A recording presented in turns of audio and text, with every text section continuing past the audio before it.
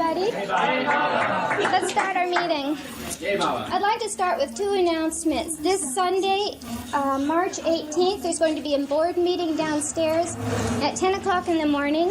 And this coming April 7th, a Saturday night, we're going to have a benefit for the Permanent Site Committee at the Hollywood Roosevelt Hotel where Baba stayed when he was in Hollywood.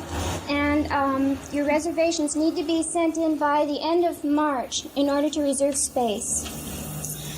Is there any other announcement that needs to be made right now?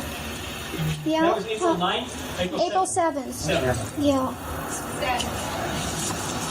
Before I introduce tonight's guest, I'd like to do a reading of Baba's discourse from the Everything and Nothing, his first discourse, which is called The Lover and the Beloved. God is love, and love must love. And to love, there must be a beloved. But since God is existence infinite and eternal, there is no one for him to love but himself. And in order to love himself, he must imagine himself as the beloved, whom he as the lover imagines he loves. Beloved and lover implies separation, and separation creates longing, and longing causes search. And the wider and the more intense the search, the greater the separation, and the more terrible the longing. When longing is most intense, separation is complete, and the purpose of separation, which was that love might experience itself as lover and beloved, is fulfilled, and union follows. And when union is attained, the lover knows that he himself was all along the beloved whom he loved and desired union with, and that all the impossible situations that he overcame were obstacles which he himself had placed in the path to himself. To attain union is so impossibly difficult because it is impossible to become what you already are. Union is nothing other than knowledge of oneself as the only one. Jai Baba. Jai Baba. As I'm sure many of you know, we have a very special guest tonight who's visiting us from the Bay Area. His name is Alain Youell.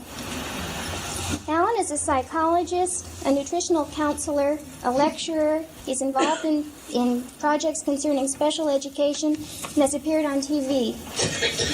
He had the good fortune to meet Meher Baba in 1959 when he lived with him for 3 weeks. And after that, he didn't see Baba again in the physical body, although he had correspondence with Baba for a long time after that. Before the time of meeting Baba, Alain was a dancer and a puppeteer. But after a long time with Baba, he went into psychology. Since that first visit to India, Alain has been back 2 times, and he has just returned from his second visit with a very, very interesting story. I'm very happy to introduce Alain Youell.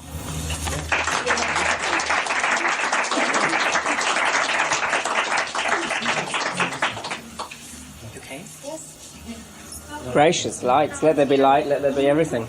Now, if we could do that in Tuna occasionally and Naga, it would make life a lot easier. Help, I feel like David Frost is descending. Well, first of all, I'd like to say Jai Baba to everybody. It's delightful to be here. The last time I came and talked to a group in Southern California was in Pasadena many years ago, and a lot of things have happened to all of us since that period of time. What I'd like to do tonight is to try and share with you some of my experiences of going to Baba in the first time and what Baba has meant in my life and the way my life is focused, hopefully, on a 24-hour-a-day basis on Baba. I've just had some very interesting and very moving experiences this time in India, which was really fascinating, and it looks as if I'll be going back again in August, so I guess my connection with India is still very strong. I went to India, first of all, in the end of 1959, and recently I was down visiting with my friends the Overtons, and they'd left on the bed the family letters, which I hadn't read for ages and ages, and I opened it up at the page and I started reading it, and it said Mani was saying that they were awaiting the last visitors of the year, Don Stevens and his cousin Alain Youell, and we were coming on a visit to be with Baba for Christmas. And of course that brought back a flood of memories. and I was going back to that particular Christmas when we went. I have to tell you that any journey that I go on, the Lady Maya always manages to come on with me, and I always think that one of these days I'm going to have a nice quiet trip somewhere, and it almost inevitably never happens. I mean, even coming down today from Oakland, San Francisco Airport was closed down, so thereby Oakland Airport was closed down, and we just had to sit at the end of the runway in frustration for about 45 minutes until they allowed us to take off. And it's all those little things that are always there and always present. So the trip to Baba, Don and I were living in Holland at that particular time, and I went off to see my family in England and wish them all Merry Christmas. And I went out to the airport, a very cold, damp, but not foggy, very wet night in London, and met a friend who was coming in from the States and visited with her for a while and her parents, and went out to get on board the plane. And they had just introduced a new twin-engine plane called a Caravel. Jets were still relatively innovative in 1959. All of us don't think anything of getting on a jet nowadays, but in those days they were still fairly new. So we all got off the bus and boarded the plane, and they started up all the motors and all the lights went out and the plane filled with smoke. So they evacuated us very fast, and we all shot down the stairs and stood out in the freezing cold and wet night. And eventually the bus came along and we all sat and stood in the buses. And after that we all got back in the plane again, and they started up the motors, and there was the most horrendous roar and clatter at the back. And in the interim they parked a Pakistani International Airlines Super Connie right behind the tail, and not realizing the force of the jet motors, it had blown half the tail off the Super Constellation. Well, Don and I were due to have dinner in Paris, and we eventually got a very late supper at midnight, but I made it to Paris. And while we were having supper, Don said, "I'm sorry, I have some problems with the business that I'm doing, and we won't be able to leave as scheduled tomorrow evening. Would you mind taking the tickets, and you just have to go around to the airlines and see what you can do?" And of course, in those days, we didn't have nice things like computers, which pressed up all the flights from Paris to Bombay and changed everything less than instantaneously. And I was brought very much out of the computer age this last trip to India and dealing with Indian Airlines and traveling across India. And so you had to go from airline to airline. And I still have my ticket, and my ticket at the finish is 18 feet long. All the different pieces and changes that were made and attachments that were made. So I went merrily through Pan Am and TWA and Air France and all the various airlines on the Champs-Élysées, and got us all organised, ready to leave the following day. And I met Don for dinner that evening, and he said, it doesn't look as if we're going to be able to leave until Wednesday.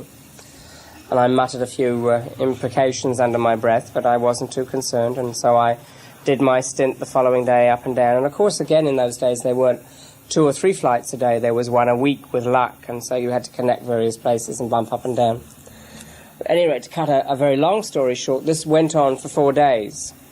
And each day the airline saw me coming and shut up shop and went on strike. And so eventually we were booked to go on TWA out of Paris very early in the morning, and that's what we got on. And we arrived in Rome, and we checked in for the second part of the flight because there was an equipment change. And the TWA gentleman looked at me and he said, "I'm very sorry, Mr. Youell, but we have a problem. We can't take you. You don't have a visa for Saudi Arabia, and we can't take anybody without a visa to go into Saudi Arabia. They would arrest you, and that would be that." So we were taken off that particular flight. So there we were, suddenly stuck in Rome. But never fear, Qantas is here.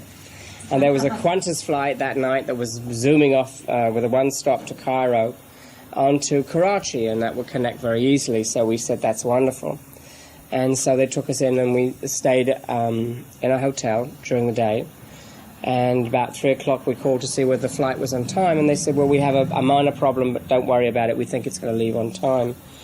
And at 7 o'clock, when we were supposed to go down and pick up the bus to go to the airport, they announced that there'd been an accident, and a plane had crash-landed on the runway, and it was a Comet, and a Comet is rather a strange plane. It has its engines in the wings, and so there's no leverage. So they couldn't lever it up and get it off the runway. So we sat, and we sat, and we sat, and we sat for 36 hours. And finally, in the pouring rain, they dragged this poor plane off the runway, and finally took us out very late in the night to board the flight, finally going onward towards India. And as we got in the plane, we boarded it, and they shut the doors, and it was in the days when you climbed up again the stairs. And they started up the motors, and we started to taxi, and all of a sudden I heard them cut back the motors, and we turned around and started to taxi back, and they opened one of the doors and threw up a very elegant mink coat and came through the cabin saying, "Has anybody left this mink behind?" And my seat companion had, and they shut the door again and we took off. Well, when we got to Cairo, the captain announced that we could either sit on the plane and refuel very fast, because they were redoing the runway in Karachi for the jets. The jets just started going through Karachi, so the plane with one voice said, "Yes, let's." And there were a lot of poor Australians who were desperate to get home for Christmas and obviously weren't going to make it, but they were doing their best. And so we took off and we were sped through the night, and we watched the dawn come up, and everybody was sitting geared to their watches and wondering what was going on and were we ever going to make it. And finally the Pakistani authorities took pity on us, which they don't do anymore, but they did in those days, and they let us come in and land. And so we landed, and they sprayed the plane as they do in case you had yellow fever or some obnoxious disease, and we sat in that for about 10 minutes. And we got off the plane and trotted through, and I trotted through and stood outside, and I waited, and I waited, and I waited. I waited half an hour, and I waited 45 minutes, and finally an hour I went back in to see where Don was. Well, Don wasn't going to be allowed into Pakistan because he was an American citizen and he didn't have a visa. There was no way they were going to let him in. And so eventually, after much haggling and arguing and doing a little bit of British temperament, I finally agreed to stand surety for him, and so they kept his passport and he was allowed in. Unfortunately, there was some sort of a conflict at that time between India and Pakistan, and they didn't tell us there was an Indian Airlines flight leaving immediately. So we had to wait yet another day to get to spend our time with Baba, and so we had to spend Christmas Day in Karachi, and we flew on the next day to Bombay to be greeted by Maji and various other Baba lovers and whisked up to Pune. So we arrived almost a week late, but Baba was, as always, very sweet and loving and extended our stay so we could stay longer with him. And we arrived absolutely exhausted at the hotel in Pune and sank into bed, and the next day went off to Meherabad. Now, a little part of the story is that I really had, I guess, what you might call doubts. I really wasn't sure of who Baba was or what was going on and what my mad cousin was up to. And, you know, Americans are very susceptible to things and they get carried away with their enthusiasm sometime. And I thought, well, maybe, you know, I can protect him from himself or something. And I remember just so clearly driving in Baba's car up to Meherabad, and getting out of the car, and various of the Mandali coming out to greet us, and most of them, of course, knew Don. And we walked into Mandali Hall, and as we walked into the Mandali Hall, Baba walked in at the other end. And he immediately walked straight up to me and just gathered me into his arms, and I just sat on the floor and cried. And it was just so apparent to me that finally, after obviously many, many lifetimes of search, that I had found the one thing that I wanted most of all, and that was God. And it was just so wonderful to sit there and be held, and it was almost like I could wear off 1,001 lifetimes and 1,001 instances just being with him. And the stay with Baba was absolutely fascinating. I always talk of Baba talking to me, and we had conversations. And in essence, this is what happened, either through verbal communication from me to him, or in the sense of he communicated so strongly with the heart that after a few days of being around him, you were used to the majority of the signs, and he would give you the sign. In other words, he would talk to you, and you would respond, and if you didn't respond right, he would do the gesture again until you responded in the right modality, or that you understood what was going on. And he did this with me many times, and I had several times when I was totally alone with Baba, and Baba would talk to me, and I would interpret, and if I didn't interpret right, he'd make me go backwards and forwards until I got the right interpretation. And it was an absolutely fascinating experience. So when I talk of Baba talking to me, that's what I'm talking about. One of the first things that was so fascinating was that we spent the first 3 days in Meherabad in Dr. Duncan's cottage, which was a really beautiful experience being there. And then the rest of the time we were at Meherabad, across from Mandali Hall in what is one of the little rooms right next to what used to be the generating unit. So we had the generator going in the early evening to get what electric light there was. The other thing that was so amazing was the care that Baba took, and he still does, but he certainly did then. You would come in the morning and Baba would ask if you had eaten properly, if you'd slept properly, if your stomach was all right, if you'd been to the bathroom, if everything was okay. And heaven help you if you didn't respond, in the sense of he really wanted to know. It was like being taken care of to the nth degree. It wasn't just as we all say to each other, you know, how are you doing? And you're not really interested in knowing that.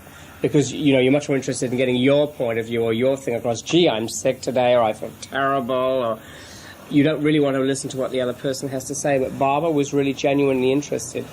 And if you didn't tell him, he would repeat the same thing again until you said, well, gee, no, I've got a bit of a headache this morning, or no, I didn't sleep very well, I was thinking about you, or I was worried about something. And he was very smart in the sense with me, I had something in the back of my mind which I was very worried about. And every morning, Baba would used to say to me, now, is anything bothering you? And I'd say, bothering me, Baba? No, I'm here with you. Why should anything bother me? And he would say, nod and smile and say, okay. And then later on during the day, he'd be smiling or we'd be talking about something and he'd say, now, is anything bothering you? And I'd say, no, Baba, why should anything bother me? Excuse me. And this would go on and on. So finally, on the third day, in the very late afternoon after we'd had tea, Baba said, you know, are you feeling all right? Is anything bothering you? And I said, well, yes, Baba, I suppose I better confess something is bothering me. And he said, oh, well, what's bothering you? And I said, well, I have an absolute horror, and I'm terrified of snakes.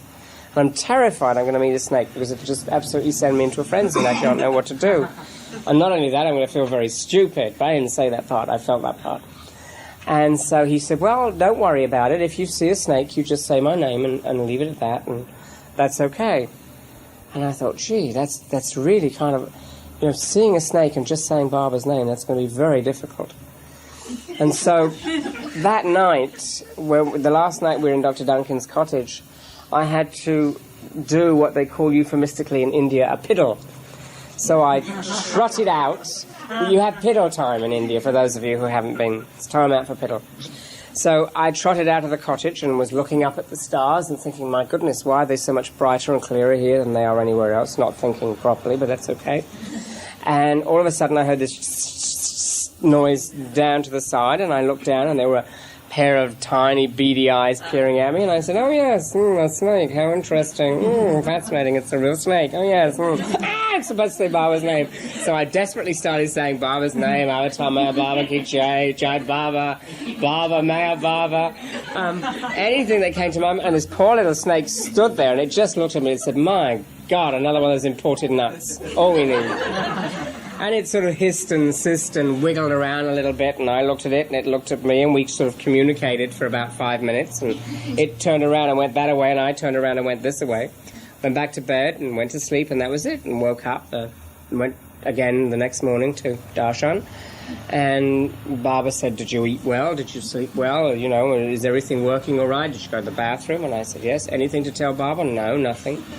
And about 5 minutes later I said, oh yes, Baba, I do have something to tell you. And I told him all about the story of the snake. And he just chuckled. Great chuckle. It was really wonderful, because even though Baba didn't make a sound in the sense of we know a sound, Baba used to make constantly sounds, and when he was amused by something, you would have the emotional feeling, and this is, I think, very difficult for us in the West to understand, but one would have the emotional feeling of that wonderful chuckle. I always imagine, or I always feel Baba, I should say, I shouldn't use the word imagination. I always feel Baba with this wonderful warm chuckle that would sort of just come up from the depths and really come out. And so he was highly amused by that. He made the comment about me at one time. We were sitting talking, and I'd been doing something silly and zany. I think I was wearing my Pakistani hat, which is a story unto itself. And I'd made him laugh, and he patted me on the shoulder, and he said to Erish, well, he said, my other clown has come, now I can be happy. And Nita Villard, who lives in Paris, is his first clown, and I was considered his second for whatever reason, I don't know. At any rate, let's tell you about the Pakistani hat. While we were in Karachi on Christmas Day, we hired a rickshaw, which is a little Lambretta scooter with 2 seats on the back. And for those of you who've been to India, you know what I'm talking about. You need your own chiropractor who comes behind in the other rickshaw to repair the damage done when you get to wherever you're going. And on my last day in India last week, when I sped from Meherazad to Meherabad to Vilus to Saroshes to the Trust to the Garland Maker to Meherabad, I really wish that I could have had my chiropractor in the rickshaw behind me, because I certainly needed one. At any rate, we went around Karachi in this little rickshaw and looked at things, and I saw my first mast, which was quite an experience. And we stopped at some little stores to look at things, and they had these marvellous woolly fur hats. They're made out of lamb. And I insisted on buying one of these hats, which I proudly plunked on my head, and it's a little black fur thing. And everybody just roared with laughter because I wore it every day. We went to Darshan with Baba, and if I didn't wear it, Baba would ask where my hat was. And nobody until the very end informed me that wearing a Pakistani hat in India was really the height of insult, because they were virtually at war with Pakistan at that point. And it was only sort of through Baba's grace that I got away with this and was able to wander around as I did. But everybody was highly delighted with my hat and used to comment on my hat, and causes great fun. And even this time, 20 years later, people asked me if I brought my hat and where was my hat, and did I still have my hat. So I should be known as the man with a hat, I think, forever after. Some of the other things that happened with Baba when we were there, excuse me, was we spent a lot of time playing. This always startles people, I find, when I talk about this, but we literally sat around and played games. And there was one game that was an incredibly complicated card game. I'm sure only Indians, after they'd had the British culture imposed upon them, could ever possibly have worked out this card game, but they did. And I spent over a week trying to work out this card game, desperately figuring it out. And each time I get to the point where I think I really had the concept right, Baba would say, cards down, we're going outside, and we'd go outside and do something else. Or we'd have a break, or we'd have a nap, or a snooze, or he'd have myself and perhaps Don and Erich and Francis and so on and so forth in to talk. But I never really got this game straight. And finally the day came, I was sure I had it absolutely perfect. And I understood all the ramifications. And I decided this is wonderful, because I was finally on the winning team, and I knew what I was doing, and I could really help and be part of this team. And Baba looked down at me with a great, great grin in his eye and said, "You've lost, bow down to Baba." And I said, "But Baba, we won, I just learned the game." And he said, "No, you've lost, bow down to Baba." And it took me about 3 seconds to realize, of course, bowing down to Baba, one couldn't but win. But it really was that sort of moment where the ego really got pushed and turned around 180 degrees. It took several years for that lesson really to sink in, but it was a fascinating one. Another game we used to play was a game called Seven Tiles, and it's basically 7 stones stacked up on top of each other. And Baba would designate sides, and we'd go outside and we would throw the ball at it. If there's one thing I can't do, it's throw a ball. I'm absolutely hopeless. I have no coordination. And I'm sure it has something to do with some anterior brain damage, and those of you who've seen my handwriting will be sure that it's anterior brain damage, but that's okay. So we'd go outside, and the teams would be chosen up, and we'd throw this ball at trying to knock these tiles down desperately. And of course I was absolutely hopeless, and nobody ever wanted me on their team. They would sort of glare at me and peer, you know. And at any rate, so one day Baba came out, and he was sitting in his chair, and he waved to me to come to him. And I went rushing up, and he tapped me on the elbow, and he said, "Now you go throw the ball and throw it properly." And I went and threw. And not only did the tiles fly all over the place, the tiles actually shattered from the force of the ball hitting. That was the only time I managed to do it, but I did do it once. Some of the other things that we used to do that were play and were fun and really very interesting in the sense of teaching one about oneself and teaching us how we really have to play. And we get so serious in the West, we often forget really how to play. We would tell riddles, absolutely terrible riddles. And Baba loved puns, very bad puns. So we all had to rack our brains and think of puns, because suddenly pun time would come upon us. And we would sit there sort of aching to find something to make Baba laugh with and coming up with the zaniest things. I wished I'd had a tape recorder in those days to remember some of them. They were absolutely awful. They really were so terrible. But they were greatly enjoyed, and we had great fun. Another of the things that happened with Baba was Baba asked me one day, he said, "Do you have any questions to ask me?" And I said, "Yes, I have one question. And that is, I really want to know what I should do. I really don't know what I should be doing, and I'd like to do something which is worthwhile, and if you can help, I would appreciate it."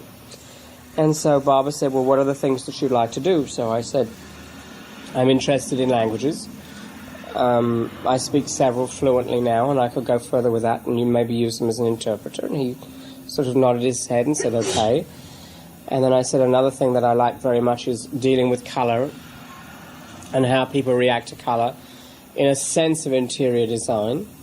And he sort of smiled and beamed at that. Then I said, "The other thing I'd like to do is really working with people. I love working with people and being with people." And so he said, "Well, what about dancing and about puppets?" And I said, "Well, they're there, but I just don't feel right about them anymore." And he looked at me and he said, "That's finished. That's from the last lifetime. That's finished. I don't want you to be involved in that anymore." And I said, "All right, and which are the three?" And he said, "People. I want you to go into psychology." And I said, "Fine, I'll do that." And he said, "Later we'll talk about it," which we did. But I never asked the real question, and that is, what sort of psychology, how, when, where, and so on and so forth. And it was absolutely fascinating, because I'd never really thought to ask those questions. I'd asked what to me was the essential question. And so I spent years wandering around trying to answer the little bits and pieces of the questions myself, and I suppose that was Baba's way of getting me to the point where I wore off a lot of the sanskaras and a lot of the blocks that were there, as there are in all of us. And so I went merrily off on my way, and it wasn't until I was there this time that I found out why I'd never gone back to India before. When I went this time, I got, for me, the most wonderful and beautiful greeting from Mani and Erish. The day I arrived, Erish came out and said, "Oh, my brother has come back," and he was so thrilled and delighted, and the pair of us were in tears. And when I was talking one day, he asked me to talk a little bit about my experiences with Baba. He said that Baba had said at one particular point that I was to him the Western Mandali, and that he would not do as he had done with others and made the mistake of accepting them to be there, because when Baba had asked me what I wanted to do, I in essence said, "Well, Baba, all I want to do is get my begging bowl and be with you." And it wasn't until later on that we really focused, but my immediate instinct was to be with Baba. And it was like a thundercloud crossed across Baba's forehead, and he said, "No, you're a Westerner, and I want you back in the West. You're not to be in the East." And I accepted that. And apparently Baba had told Erish that he did not want to make the same mistake as he'd made with others, and he wanted me back in the West and considered me part of the Mandali. And that was one of the reasons that even though I had invitations and was set to go to India on several occasions, I never actually made it back again in the physical sense. Although I had a long and very involved and complicated correspondence through Mani with Baba. And at one point in the 60s, we were told, we received through the family letter, a notice that none of us under any circumstances were to write or to communicate with Baba in any way, shape or form, unless there was a really dire emergency, in which case we could send a reply-paid telegram. And we got the letter, I can't remember, but let's say it was in November. And in about January, I got a letter from Mani saying, "Baba's asked me to write because he's interested, he hasn't heard from you, and he wants to know why."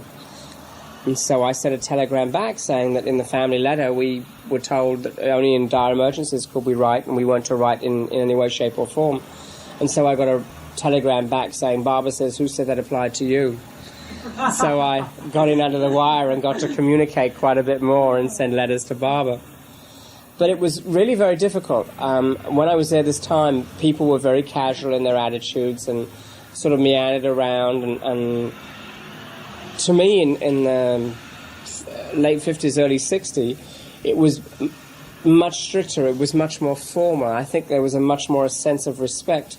Maybe I hadn't been through, or the people who were there at that time, hadn't been through the anguish that so many young people today have had to go through to find God. And so the casualness is part of their love and their showing a different way and a different modality. But at first, for the first few days when I was in India this time, I was very uncomfortable by it. I remember one day we were sitting there and Erich said, "Have you been back to see Meher yet?" And I said, "Good Lord, no, I wouldn't go back without being invited." And he said, "Oh no, we don't do that anymore. You can just go back if you feel like it." And I said, "Oh, that's great," because before, when I went in 59, no Western man had ever seen Meher.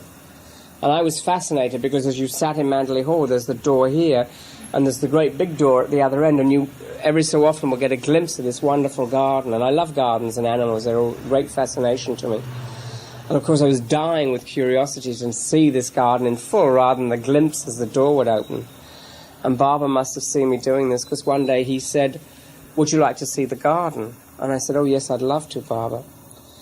And so he took me by the arm and we walked into the back. And on the balcony, as it were, of the house, Meher was sitting. And Baba was showing me the flowers, and he just pointed over to Meher, and he said, "That's the beautiful flower," and then took me back in. And again, I didn't know this at the time, but this is one of the first times any Western man had ever seen Meher at that particular point.